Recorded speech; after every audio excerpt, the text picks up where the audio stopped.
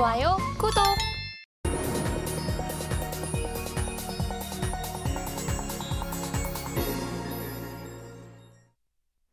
네, 개인 투자자가 아닌 전문가는 장 시작 전 뉴스를 볼 때 어떤 부분에 초점을 맞출까요? 오늘의 일면 헤드라인입니다.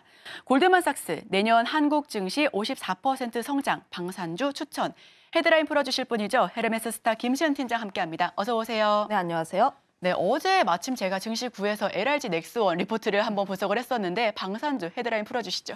네, 아무래도 지금 어제 기사가 나왔던 부분이 특히 골드만삭스에서 리포트가 나왔는데 제가 눈여겨보고 있었던 게 딱 두 가지. 첫 번째는 내년 한국 증시가 54% 성장한다는 점. 두 번째로는 그 와중에서도 굉장히 다양한 섹터가 있는데 방산주를 추천을 한다라는 내용이었습니다. 우선 첫 번째 내용부터 조금 풀어보자면 내년 한국 증시 같은 경우에는 굉장히 큰 폭의 성장세가 기대가 되니까 투자 의견 비중 확대 기조를 유지를 한다라는 내용이었습니다. 실제로 우리나라 증시 기업들 굉장히 실적 잘 내는 기업들이 많은데 관련했을 때 아무래도 코리아 디스카운트라고 하죠. 네. 저평가에 대한 의견이 굉장히 많다 보니까 실제로 코스피 같은 경우에는 PBR 0.92배로 굉장히 저평가가 되고 있습니다. 거기다가 더해서 골드만삭스뿐만 아니라 모건스탠리 쪽에서도 MSCI 한국 지수가 20% 넘게 상승을 한다라는 전망들도 나와주고 있는데 요지는 좀 비슷해요. 실제로 EPS가 향후 12개월간 58% 성장을 할 것이다라는 내용들도 나와주고 있고 골드만삭스도 이와 비슷합니다. 실제로 기업들이 이익을 얼마나 내냐. 앞으로 우리나라 같은 경우는 반도체 부분에서 이익 성장률이 굉장히 크게 나올 수밖에 없다라는 내용들이 많이 나와주고 있는데 그도 그럴 게 우리나라 증시에서 많은 비중을 차지하고 있는 게 반도체입니다. 실제로 삼성전자가 코스피에서 차지하고 있는 비중이 20%. 굉장히 큰 폭을 차지하고 있기 때문에 실제로 외국인들이 삼성전자를 투자를 한다, 이꼴 물론 반도체에 대해서 투자를 한다도 될 수 있지만 지수를 산다라는 의미가 될 수도 있고요.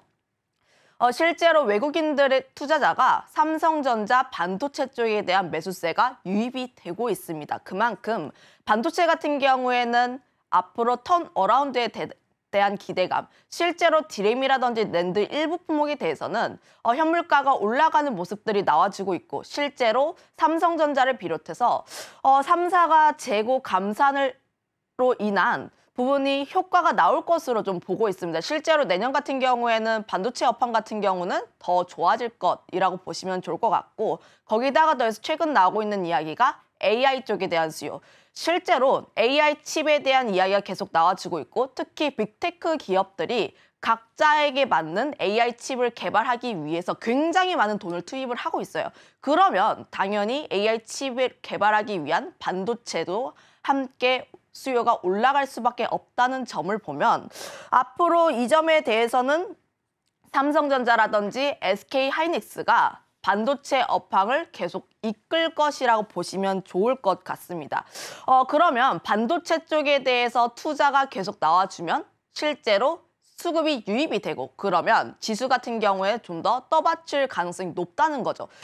지금 같은 경우는 사실 상방도 어느 정도 막혀 있고 하방도 어느 정도 막혀 있는 박스권 구간대 눈치 보기를 하는 장세이긴 하지만 앞으로 반도체 섹터가 더 좋아질 것이라는 기대감을 보고 실제로 외국인들의 순매수세가 계속 유입이 된다면 내년 같은 경우에는 조금 더 우리 증시가 떠받치지 않을까라는 기대감 계속 가져볼 수가 있다라고 보시면 좋을 것 같은데 최근 들어서 우리가 그동안 외국인 순매수 들어와야 해요 이야기를 많이 했잖아요. 특히 증시가 하방으로 계속 내려갔을 때 외국인들의 선물 매도세가 계속 되었다면 이제는 매도세를 다 털어버리고 순매수세로 좀 나오는 모습들. 거기다가 더해서 공매도 이슈 이후에 외국인들의 매수세가 굉장히 많이 들어왔습니다. 우리의 우려는 공매도가 나오면 외국인들이 우리 증시를 떠날 것이다. 이런 우려와 다르게 오히려 외국인들을 매수를 하는 입장입니다. 아무래도 외국인 입장에서 보면 규제에 대한 부분보다는 지금 대내외적인 상황이 변하고 있다는 쪽에 조금 더 초점을 맞춰보시면 좋을 것 같은데 실제로 미국도 그렇고 우리나라도 그렇고 금리 인하에 대한 기대감이 한껏 올라오고 있어요. 동결에 더해서 실제로 내년 1분기에는 인하가 되지 않을까라는 기대감이 나오고 있는 이유가 그동안 매파적인 발언을 했던 연준 위원들이 조금씩 발언이 비둘기파적으로 바뀌고 있다는 거죠. 그런 점에서 봤을 때 달러도 약세가 나고 워낙 강세 흐름들, 10년물 국채 금리도 4.9를 찍고 4.2대로 내려오고 있기 때문에 이런 매크로적인 요인들이 점점 우리 증시에는 긍정적으로 바뀌고 있다. 이런 내용들로 좀 보시면 좋을 것 같고요. 그거에 따라서 저는 실제로 우리 증시는 조금 더 좋아질 수 있다. 이렇게 판단을 하고 있습니다. 그거에 따라서 좀 증시를 떠받칠 수 있는 반도체 업종 같은 경우는 우리 포트에 하나씩은 꼭 편입을 해야 한다라는 입장을 가지고 있는데 다만 관련 내용과 해서는 제가 이번 주 화요일에 반도체를 가지고 왔습니다. 그래서 반도체에 대한 내용 같은 경우는 이제 저희 방송을 서울경제 방송을 많이 보셨던 분들 같은 경우는 좀 많이 들으셨을 것 같아서 패스를 하고 그다음에 뭐 골드만삭스가 추천을 하는 방산주에 대해서도 조금 더 볼 필요가 있지 않을까. 왜 방산주를 추천을 했을까? 굉장히 다양한 섹터가 있는데 왜 방산주일까라는 생각을 많이 해봤어요. 실제 뭐 방산주가 나쁘다는 건 압니다. 방산주가 실제로 실적도 잘 나오고 있고 수출에 대한 기대감도 있고 우리나라가 가지고 있는 강한 장점 중 하나이기도 한데 왜 방산주일까 생각을 해보니까 최근 들어서 해외에서 K방산을 언급하는 사례들이 굉장히 많아지고 있어요. 실제로 미국 뭐 IT 잡지라든지 관련했을 때는 K방산에 대한 내용들이 많이 나와주기도 하고요. 실제로 언론들이 우리나라 방산에 대한 높은 관심도가 나와주고 있습니다. 아무래도 전쟁 같은 경우가 계속되고 있습니다. 미중 전쟁이라든지 이스라엘 하마스 전쟁이라든지 아직까지 러시아 우크라이나 전쟁이 지속이 되고 있죠. 이런 흐름들이 지속이 되고 있다 보니까 자연스럽게 가성비가 높은 한국 무기에 대한 관심도가 높아질 수밖에 없고 최근 증시 흐름이라든지 상황을 조금 더 살펴보게 되자면 지금 문제가 되고 있는 게 경기 침체에 대한 부분. 지금 경기 침체가 온다, 안 온다? 이야기는 굉장히 많아요. 하지만 지금 나와주고 있는 이야기들은 앞으로 지금까지 실적을 잘 냈던 미국의 기업들이 내년 같은 경우에는 경기 침체로 인해서 실적이 좀 더 떨어질 것이다라는 가이던스를 하향하고 있습니다. 여전히 시장에서는 경기 침체에 대한 우려가 남아있다라고 보시면 좋을 것 같은데 하지만 경기 침체와 상관없이 수출이 계속될 수밖에 없는 분야 중 하나가 방산이라는 거죠.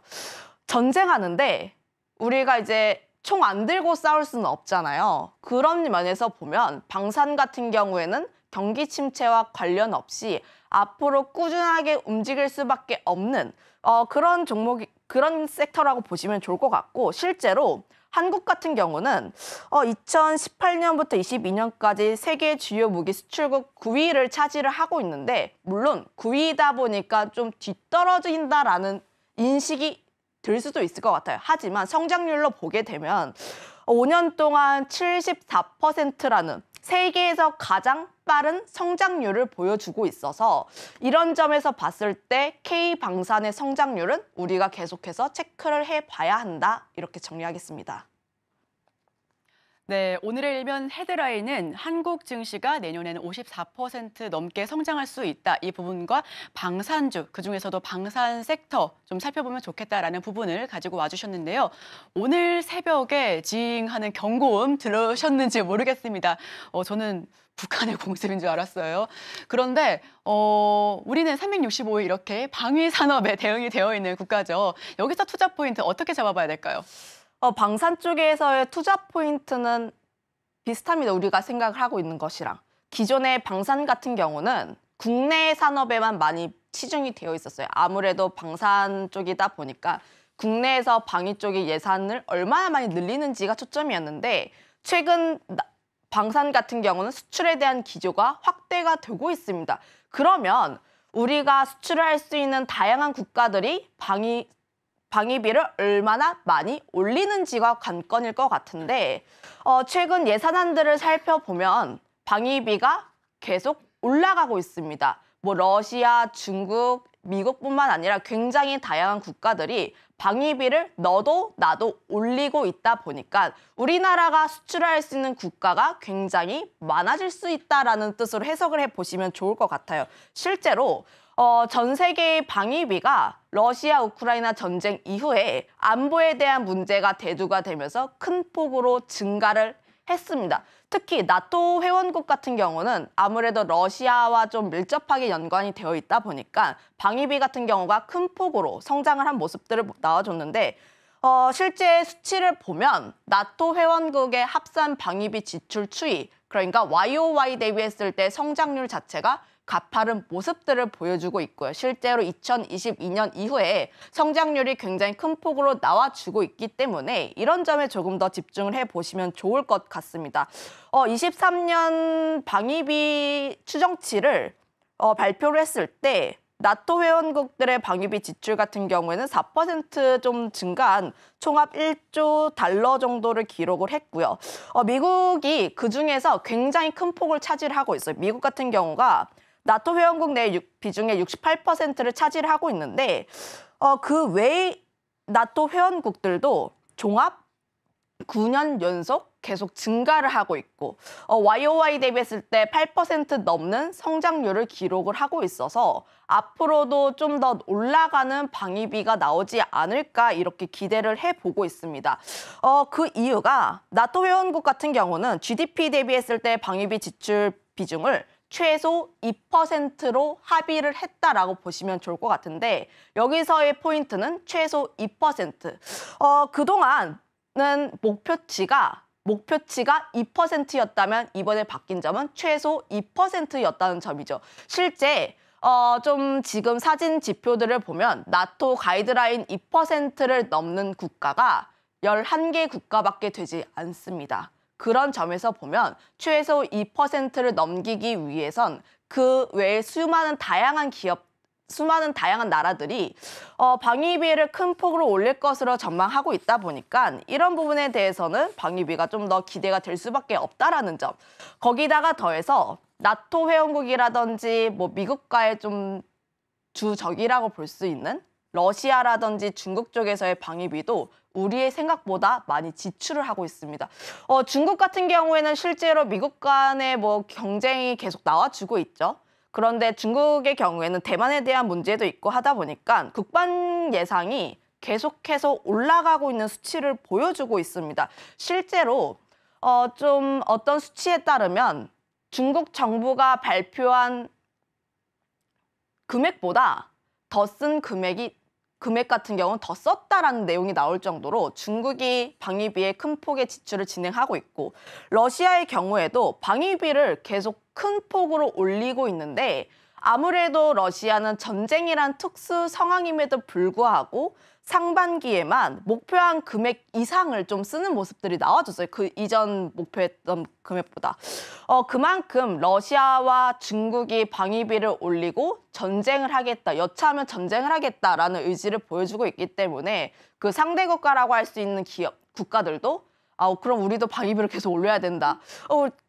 저 사람들이 쳐들어올 수가 있는데 우리도 손 놓고 있을 수는 없으니까 방위비는 계속해서 올라갈 수밖에 없는 그런 부분이라고 보시면 좋을 것 같습니다. 그거에 따라서 실제로 24년 방위비 발표한 것을 보면 미국 같은 경우에도 여전히 국방부 예산을 전체 부서 예산 중에서 가장 큰 최대 금액을 편성을 하기도 했고요. EU 같은 경우도 방위비를 확대하고 있는 러시아에 맞춰서 실제로 큰 폭으로 올리고 있습니다. 그중에서 우리가 눈여겨봐야 할 국가가 폴란드. 아무래도 폴란드 같은 경우가 우리나라가 수출하고 있는 주요 국가이다 보니까 폴란드가 방위비를 얼마나 많이 책정을 하는지 이 부분이 중요하다고 보여지고 있는데 폴란드 대통령께서 24년 GDP의 4% 이상인 약 330억 달러를 방위비에 지출을 할 계획이다라고 이야기를 했고요. 거기다가 더해서 향후에는 방위비 지출을 최종적으로 5%, GDP의 5%까지 확대를 할 계획이라고 합니다. 실제로 폴란드 같은 경우는 아무래도 방위비를 올릴 수밖에 없다는 점. 특히 러시아 우크라이나 전쟁이 지속이 되고 있는 한 폴란드 같은 경우는 유럽의 수문장 역할을 하고 있기 때문에 그 점에서 방위비를 올릴 수밖에 없다. 그런데 지금 폴란드의 문제가 무엇이냐라고 하면 무기가 많지가 않아요. 러시아 우크라이나 전쟁이 나오면서 폴란드가 가지고 있던 구소련의 무기들을 우크라이나에게 넘겨줬습니다. 그러면 창고가 비었는데 그 창고를 채워야겠죠, 그럼.